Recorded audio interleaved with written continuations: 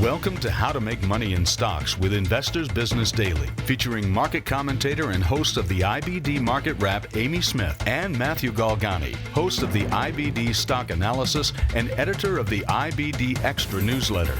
Tune in each week as we use history, not hunches, to help you stay safe in today's market and get in early on tomorrow's winning stocks. Now, here's Matthew Galgani. Welcome, everyone, to another episode of How to Make Money in Stocks with Investors Business Daily. We had to record a little bit earlier this week, so we don't have a market segment, but you can find the latest analysis and videos at our website, investors.com/investing show. And while you're there, you can also check out the latest free issue of the IBD Extra newsletter, which just came out on Thursday. And in there, you'll find a video about how to handle stocks that break out but then trade down or sideways for a while. So again, you can find that on our website. And this week we're going to talk about some famous quotes. Some of them are from the Market Wizards book. And we're going to revisit and see how some of these apply in today's market. We will also talk a little bit about those white-knuckle breakouts and how to play perhaps some stocks that are breaking out in the current environment. Everyone gets into the stock market looking to make a lot of money, hopefully relatively quickly. But as we all learn in time, and we've certainly learned over the last few months of this roller coaster market, job number one is to protect your money. Risk management is absolutely critical to long-term investing success. So that's what we're going to talk about today. And to do that, we're going to use some quotes from very successful investors and talk about how they all are very aware of that risk-reward relationship. And we'll talk about some ways where they keep that in balance. Now, several of the quotes that we're going to talk about today came from Market Wizards by Jack Schwager.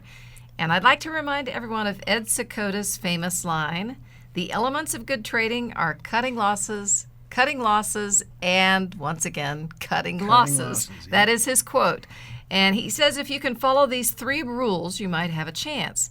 But every single one of the market wizards in the book were risk averse, and these traders made millions, so it's good for us to take a look and study from them. Remember that most investors fail because they have a large ego, or maybe they're stubborn and they can't admit that they're wrong. Trader Marty Schwartz said that his marine training helps in investing, and this makes a lot of sense really if you think about it. They teach you to never freeze when you're under attack. Imagine if a Marine froze as they were under attack. It's the same thing with investing. You have to have your rules set up. You have to have your game plan laid out so that you're not stuck deer in the headlights. It's certainly muscle memory. And I remember IBD founder Bill O'Neill talking about how a jet fighter came up to him after some seminar and said, it's amazing how the cell signals and the cell rules that CanSlim teaches are so similar to what they learned in the cockpit, where you're relying on your instruments, and if you see this, you do this, right? It was all preordained, and you have to learn how to follow that. But that's part of the key to learning not to freeze. It's really a two-part situation. First, you have to know what to do. You have to learn the rules, understand in what scenario those kick in. And then part two, and this is the hardest part, you have to actually follow those rules and not let your emotions get in the way. It's not easy to do, but it's very important to have a plan, have the rules, and then follow those rules. Now, psychology is such an important aspect of being a successful trader that it is worthwhile visiting Dr. Van Tharp. He's a psychologist. He's also quoted in the Market Wizards book, and he says the top traders that he's worked with began with an extensive study of the markets. They developed and refined models of how to trade, and then they actually mentally rehearsed what they wanted to do extensively until they had that belief deep inside them that they would win. Doesn't mean that they win at every trade. It just means that they know they've got a system they believe in. And at that point, they had both the confidence and the commitment necessary to produce success. Here's another quote from commodities and futures trader William Eckhart, and he said, "I haven't seen much correlation between good trading and intelligence. Some outstanding traders are quite intelligent, but a few of them are not. And many outstanding intelligent people are horrible traders. So all you need is average intelligence." And he says beyond that, your emotional makeup is more important. What you were just saying about visualizing success reminded me of, do you remember those Olympic skiing brothers? I think they were the Mayer brothers. back, this is good, 20 years ago, but they would always show them at the top of the hill. They were doing the giant slalom, I think it was. And they would sit there, and in their heads, you could see them going through the whole course, and their bodies were turning because that's they knew important. it was coming. Absolutely. So they could see it. And it is very similar with investing. You want to see what you're expecting the stock to do, and then if it doesn't do that, and if it reacts poorly, now you know something's wrong, and you need to change course. And this idea of freezing or not freezing also reminds me of a story that we've told on the air before, but this goes back a good 12 years or so, where we were at a workshop with Bill O'Neill, and this was when Taser was making that huge move a long time ago. And people were asking, is the move over? Can it continue? And Bill pulled up a chart and he said, well, right now it's forming a high tide flag. So if it breaks out next week, this was on a Saturday, he said if it breaks out next week, you could get in, but look out for this. And he laid out a couple of potential sell signals and said, if you see this, you need to get out. And somebody asked Bill, well, don't you ever freeze? Aren't you afraid that you're not going to get out when you should? And he just looked at everybody and said, I don't freeze. And he wasn't bragging. He was just saying, based on all of his experience, he follows his rules. He doesn't let emotions get in the way. If a sell signal is triggered, he gets out. Now, of course, Amy and I both know that's much easier said than done, and anybody who's been in the market for a while knows that. But it is doable to dramatically reduce the impact your emotions have on your trading, and we should all strive to do that. And that really is the calm version of Bill trading. And Bill, of course, is the chairman and the founder of IBD. All right, author Jack Schwager says that in conducting the interviews for the book and its predecessor, he said he became absolutely convinced that winning in the markets is a matter of skill and discipline and not luck. And that's good news for us. The magnitude and consistency of a winning track record compiled by the people that he's interviewed for the book defy chance. Okay, and here's a quote from Forex trader Bill Lipschutz. He says, I don't think you can consistently be a winning trader if you're banking on being right more than 50% of the time. You have to figure out how to make money if you're only right 20 to 30% of the time. And remember, Bernard Baruch said, if you're right 3 out of 4 times, you can do well in the market. That's 3 out of 4 out of 10 times. You can do well in the market as long as you keep your losses small. And if you're new to the market, let that sink in for a second. Basically, you can be wrong 7 out of 10 times and still do okay as long as you keep that golden rule. That's right. You cut all of your losses very, very quickly. But this does play into psychology. If you know going in, just like a baseball player, you're going to get out 7 times or so, if you're lucky, out of 10, but you can still do well. You can still bat 300 doing that and maybe make it to the Hall of Fame. But you have to know that going into it, you will get out. You will have losses as you invest.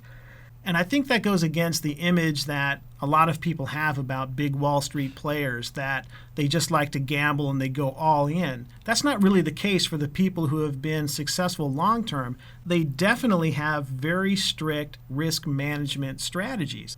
And if you think about the CanSlim system that Bill O'Neill put together, there are defensive mechanisms built into that, whether it's the 7 to 8% sell rule or easing out of the market as you start to see more distribution days. Those defensive mechanisms are built into the system, and they're very important to understand and follow. And another great quote we have here from Market Wizards comes from Dr. Van Tharp again. And he talks about how someone could control their mental state. He says, get up out of the chair, walk about 4 feet, and then take a look at how you looked in that chair. Notice your posture, your breathing, your facial expressions, and then imagine how you would look if you had the sort of mental state that you would like. And this exercise works very well for getting yourself into the right mindset for trading.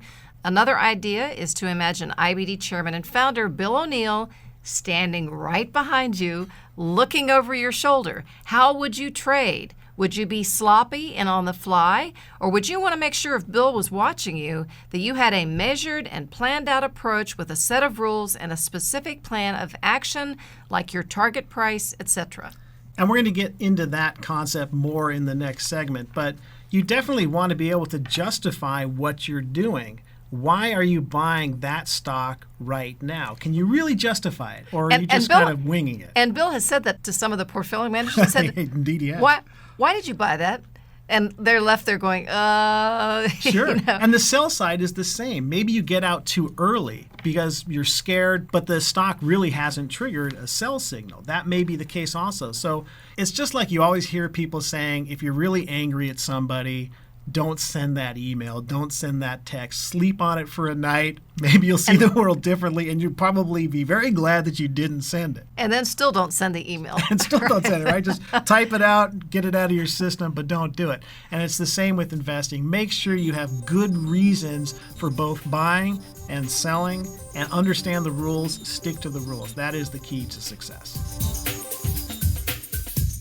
For decades, people have been using the CanSlim investing system to build financial peace of mind. And now you can see exactly how they do it and how you can too. In How to Make Money in Stocks, Success Stories by IBD radio show co-host Amy Smith, you'll see the life-changing journeys of both new and experienced investors, how they got started, their early mistakes, and biggest successes. To get your copy of How to Make Money in Stocks, Success Stories, visit investors.com/radio show. That's investors.com/radio show. Now, back to How to Make Money in Stocks with Investors Business Daily. Back in September, we talked about white-knuckle breakouts. And this is when a stock really doesn't go anywhere, or it pulls back to the buy point, or maybe even just goes a little bit below that pivot. So how long do you stick with it? Do you sit tight with it? Do you cut it loose? And in this market, we have seen lots and lots and lots of round trips back to the pivot. So, in fact, we've seen some that then go below the pivot, and stocks that are even taking on some losses, even though they've actually broken out of bases or price consolidation. So what we want to help you with this week is figure out what to do. What do? Do you sit it out? Do you go to the beach? Or do you develop a slightly different strategy? And that's what I'm going to propose today. That is a tough situation to find yourself in because the stock is broken out, you've put your money into it, and now it's not acting right. It's pulling back, or it's not really gaining traction, and perhaps it's now back below the buy point to a degree, but it hasn't flashed a clear sell signal. So you're just sitting there staring at it. What do I do? Do I sell? Do I hold? So you need some guidelines to go with on that. And the concept of risk management is so important to handling that kind of situation. But it really starts before you buy. This is very important to understand. Don't just wing it and jump in on a hunch. Make sure that the stock you're looking at passes a buying checklist before you get in. You're looking at the company's fundamentals. You're looking at the chart action. You want to see good volume on the breakout. And of course, market conditions should be relatively healthy, preferably in a strong uptrend. But if you take the time up front to make sure that those pieces are in place before you do put your money into it, then the chances of running into a bad breakout or a stalled breakout go down. And also, it gives you more conviction to hold through a normal pullback, because those kind of pullbacks do happen pretty frequently. And if you didn't buy in a hunch and you did do your research, you know that you're looking at a potentially very strong stock, it's easier to sit tight and hold. And remember, about 40% of stocks will pull back to the pivot or to the buy point. And in more challenging markets, you can see a higher number of pullbacks. And it can absolutely rattle you if you see a stock pulling back to where you bought it, because the idea is we want the stocks to go up. Yeah. What's happening? So let's switch gears for a minute and talk about selling, because this is actually going to help some investors out there who are having some trouble making headway in the current market. A lot of investors that I know, we talk to meetup leaders. There's a lot of people out there that I network with. And a lot of them that are having success in the current market are taking much smaller profits. Maybe it's 5%, 7%, or 10%. Now, we know traditional CanSlim, if we're in a good market, we're in an uptrending market, we've had a correction, we've cleaned house, and we come out, we normally look for those 20% gains. But in this current market, we're not expecting those big percentage gains that you see earlier in a bull market cycle. All right, so a lot of people that I've talked to said they've sort of adjusted the way they are trading. They're still doing CanSlim. We're still looking for all of the traits that we're looking for, a big volume breakout and all of that. but they're just playing it a little bit different. And, of course, I'd love to get a stock that went up 100% right now. Sure. But if you can get 5%, 7%, you're keeping your losses very, very small. You still can make headway in a market like what we have, especially because we're going to get into earnings season starting pretty soon here. Well, let's go back a few years ago to the end of 2012 and talk about a breakout that Celgene had. And I made a video on this topic, how to handle stalled breakouts, using Celgene as an example. So you can see that video by going to our website, investors.com/investing show. But the stock broke out in December, and it immediately started to pull back, and it ended up falling below the buy point. Now, this is where having a defensive plan with an exit strategy is so important, because you're not necessarily going to sell, because again, as Amy said, about 40% of the time, the stock is going to break out, then come back to the buy point, maybe even go below it. And that was the case for Celgene. So ahead of time, you want to put in a stop or have a target price in mind where you're going to cap your potential downside. One example would be to say 7% below the buy point. Now, in the case of Celgene, it pulled back 5%, so it did not trigger that sell rule. And from there, it found support at the 50-day line, and then it just zoomed higher, more than doubled over the next 12 months. So it can be tough to sit through that situation as it's happening, but if you have capped your potential downside with that stop order or with at least a target exit price, then it's easier to sit more comfortably through that, knowing that your worst case scenario has not been triggered, and then see what happens next. Now, in dealing with the current market, here's a few factors that may help if you're buying a stock as it's breaking out. So I'm going to go through about 5 things right here. Number 1, does it have really strong fundamentals, those great earnings and sales? The bigger, the better. And is there big demand for the product or service, okay? Those are the real basics of CanSlim. Number 2, is there monster volume on the breakout? And is there more monster volume in the ensuing trading sessions? The more volume that comes into the stock means that the pros are taking a bigger position in it day after day. That's a very, very, very good thing. And I've noticed that the stocks that have worked in the current environment, they've popped on some huge volume. That's what you want to look for. And let me jump in on that for 1 second too, because that is what you want to look for, and you're absolutely right. Stocks that have had that big volume on the breakout have done better than the ones that didn't. Now, you may get, not tricked, but you may jump into a breakout because in the morning, the stock was projected to have very strong volume, and you jump in, and then by the end of the day, that volume is dried up, and it doesn't hit the level that you're looking for. That doesn't mean sell, but it does mean see if the bigger volume does kick in over the next few days. And you want to look at a chart and basically see those great big huge blue spikes in volume, okay? It's just a visual thing. It's pretty easy to see on our charts, which you can access on investors.com. Okay, number 3, most stocks are going to follow the general trend, and since the market is currently under pressure, you can expect stocks to seesaw back and forth. The major indexes are also moving up and down, and we continue this yo-yo fashion. And we've mentioned that Apple's a good proxy for the overall market. It does move right along with the general trend, or at least, recently it certainly has been. Number 4, how are the leaders acting? Take a look at that IBD 50 and our other lists, the Big Cap 20, your weekly review, the stock spotlight, and so on. And another thing to keep in mind too is when you're doing that, go to Stock Checkup on investors.com, put in the ticker for the stock that you own, and then see the other leaders within that group and see how they're doing. Are they holding up or are they moving back? A lot of stocks within the same group will basically do the same thing. You look at chips, you look at airlines, they generally will move in the same direction. So if leaders in that group are starting to pull back, you might want to pay attention to your own stock as well. And we've seen a lot of medical stocks move higher. It's definitely been a period of time where you want to pay attention to those stocks. And finally, we have number 5. How are the stocks in your portfolio acting? Are you making headway, or are you giving back too much after a stock breaks out? And that may mean that you need to adjust your plan and expect some smaller gains until we get a real change here in the market. So pay attention to this if you have bought into a stock recently on a breakout. Go through some of these factors that we're talking about. Did it pass a buying checklist? Were there strong reasons for you to get into that stock at that time?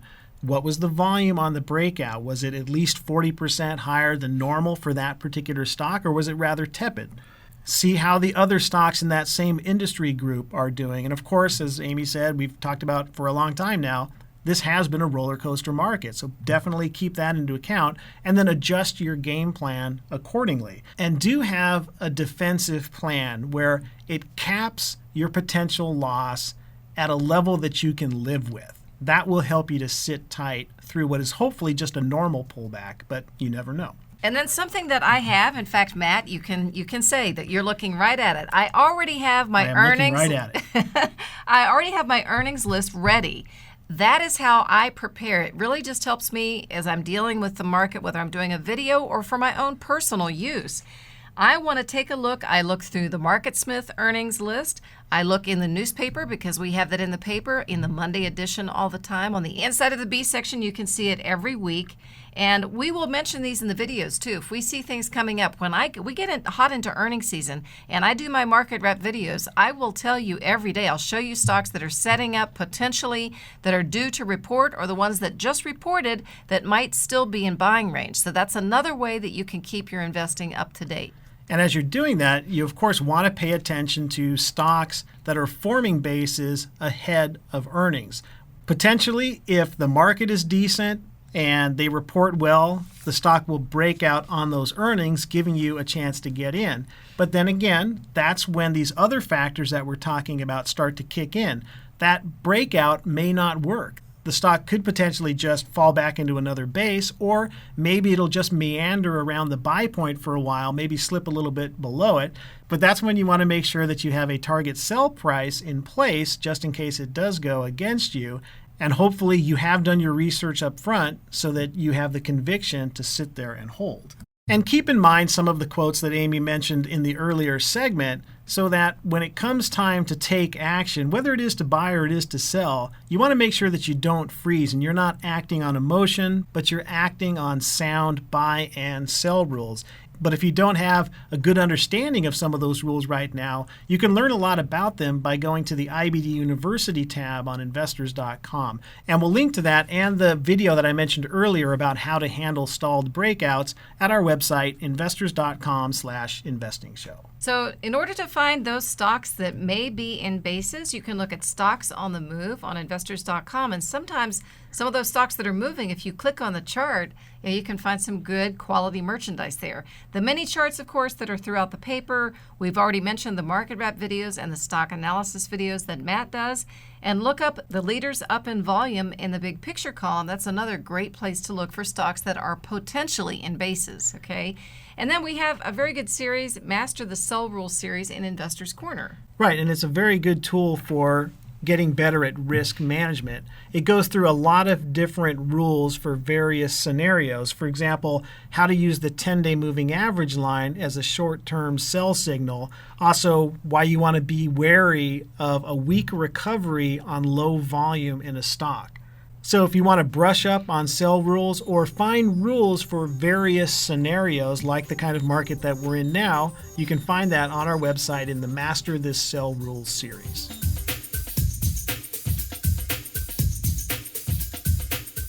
Are you new to investing or been doing it a while but not getting the results you want? Either way, the book How to Make Money in Stocks Getting Started by IBD radio show co-host Matthew Galgani can help. Step by step, you'll see how to set up your game plan and routine, how to use simple checklists to find winning stocks, plus online videos and action steps enhance what you learn in the book. Get your copy of How to Make Money in Stocks Getting Started. Visit investors.com/radio show. That's investors.com/radio show. Now, the final segment of How to Make Money in Stocks with Investors Business Daily market commentator Amy Smith and Matthew Galgani, editor of the IBD Extra newsletter. So we want to remind you that the latest issue of the free IBD Extra newsletter is now out, and you can find that along with notes for this week's episode at investors.com/investingshow. And everybody have a really, really nice July 4th long weekend. We wish you a happy one. Okay, see you next week, everybody.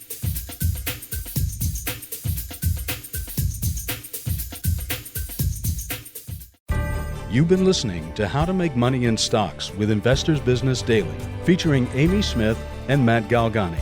For more stock ideas and investing strategies, and to subscribe to the free podcast of this show, log on to investors.com/radio show. That's investors.com/radio show.